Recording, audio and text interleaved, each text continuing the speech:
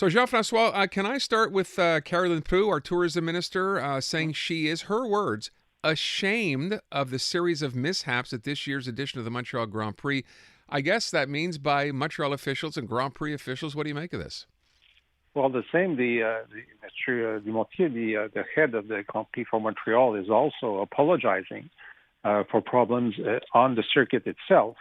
And I think a postmortem is needed there, because given the amounts that we're pouring into this event every year, I don't see how it can be explained that there are leaky buildings and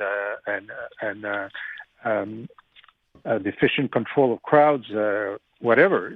This is not. We're not having our money, a good return on our major investment, and that's without the tourism publicity problem created by the restaurants' terraces last week. Were you? I was talking about this earlier on with James Manny. Are you surprised it's now been 5 days? We really haven't heard much come out from the city at all explaining what happened? On the F1 tour, or on the restaurant situation on Terrace Gate? Well, I understand they've suspended the two officials. Yeah, but that's it. That's it for now, and they have met with restaurants, and I think we're waiting for a report of some kind. So I don't know what the timeline is, but it's certainly not the last word we heard of that. Okay, let's talk about a couple of other things. I want to sure I heard this right yesterday. I'm reading the headline again. Justin Trudeau saying about Francois Legault, I know Mr. Legault is under a fair bit of pressure from the PQ right now. There's nothing inherently threatening about a province deciding to look at ways of improving our democracy. What was this all about? Oh, well, he was. I listened to his press conference on Monday after the meeting. He said that about two things. Specifically, democracy was referring to the announcement Legault made last Friday about this committee who will look into ways of extending Quebec powers within the Canadian constitutional framework. Okay, so Trudeau is saying, well, on the nationalist front, he's got some heat from the PQ, so he's looking at ways to enhance Quebec's powers. But if it's within the constitutional framework, I have nothing to say. Mm-hmm. So that was fine. But there was a second tier to that, and that's what Mark Miller also said in interviews before and after the meeting, is that some of Mr. Legault's recriminations about immigration was fueled by the PQ opposition, to which I would be tempted to answer, okay, so that explains that, but how do you explain that the Ontario Premier is also wanting money and the PQ is not running candidates there?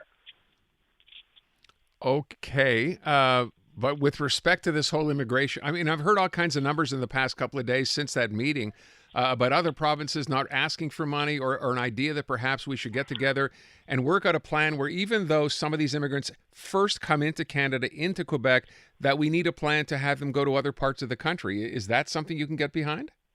Well, of course. So that's the ask for Quebec, from Quebec for a long time now. But the Premier of BC made a very strong comment on Tuesday, saying that he was a bit frustrated of the federal government showering money on Quebec and Ontario for accommodating refugees, whereas he wants some more. I think this is a federal responsibility. Any expense incurred by the provinces for asylum seekers should be reimbursed by the federal government. And although there are much fewer that go to BC than to Quebec, everyone should be reimbursed. But you see, he's asking for that money, and the PQ is not running candidates in BC. So what I'm saying is that Mr. Trudeau is Mr. Miller's assertion that the strength of Mr. Legault's ask on immigration and reducing immigration and all that is fueled not by the demographic situation created by immigration, but by internal political rhetoric, I think is disingenuous. But what about this idea from Francois Legault? And I think he's taken some heat for this. I don't know what it's like on the French media side, but certainly on the English side. Basically, finger pointing at immigrants and blaming them, A, for the housing crisis, for labor, for whatever else, as if that's the solution to the problem. I mean, does that seem right to you? Well, it creates a debate within the French media as well. My position is that look at the numbers, and that's what he did Monday. He said, listen, in the last 2 years, the number of temporary immigrants doubled. That created the need for 120,000 new housing units, 120,000. We built 90,000, and we're in a shortage. Had it not been for the doubling of these people, there wouldn't be a housing crisis. So Mr. Trudeau said, oh, he's pointing to immigrants. No, he's pointing to federal immigration policy. And also always makes a point to say, I'm not saying that the immigrants are to be faulted. I'm saying the policy is to be faulted. And when you look at these numbers, how can you debate these numbers? And when he asked for the temporary immigrants, the new ones, be reduced by 50%, it would still be double what it was 8 years ago. I mean, the curve is just unbearable. Whether or not the PQ exists, whether or not there are other problems with the housing crisis, the curve that the National Bank again issued an analysis last month saying that it worsens this year compared to last year, and that it will take years to come back to a normal housing situation, specifically because of Trudeau's immigration policy over the last 8 years. So there's no, you can say, oh, you shouldn't say that. Well, why shouldn't you point to the truth? And every immigrant that comes made a good decision to come. They're not to blame at all. We would have done the same. And they followed the rules. The guy that made the rules and that broke the rules is Trudeau.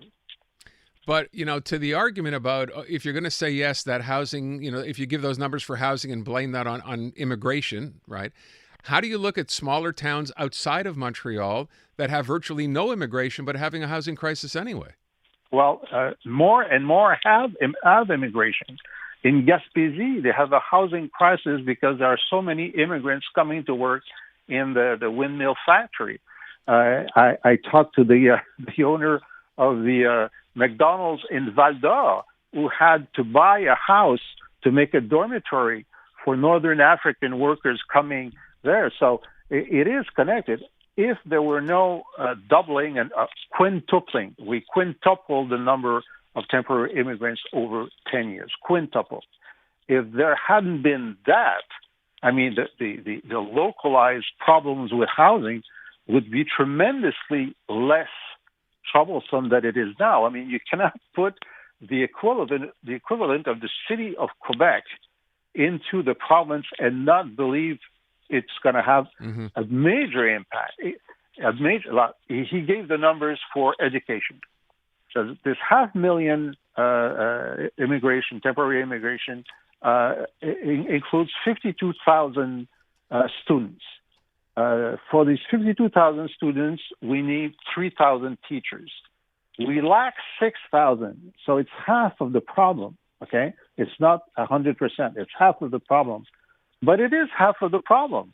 So it's more difficult to alleviate the situation if this keeps going on.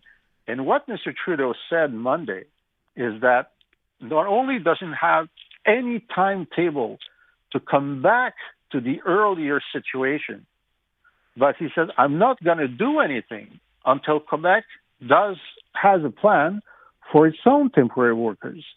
And so, he's just, and you can debate that he has a point. I told that to you last Monday. But why doesn't he also work on his part of the problem? Why doesn't he see the urgency of the situation? Well, I think the feds have already said they're going to cut the immigration. They're also going to cut temporary student visas, et cetera. So they are doing something, though. They are doing something, but they're not doing They're not doing it enough to.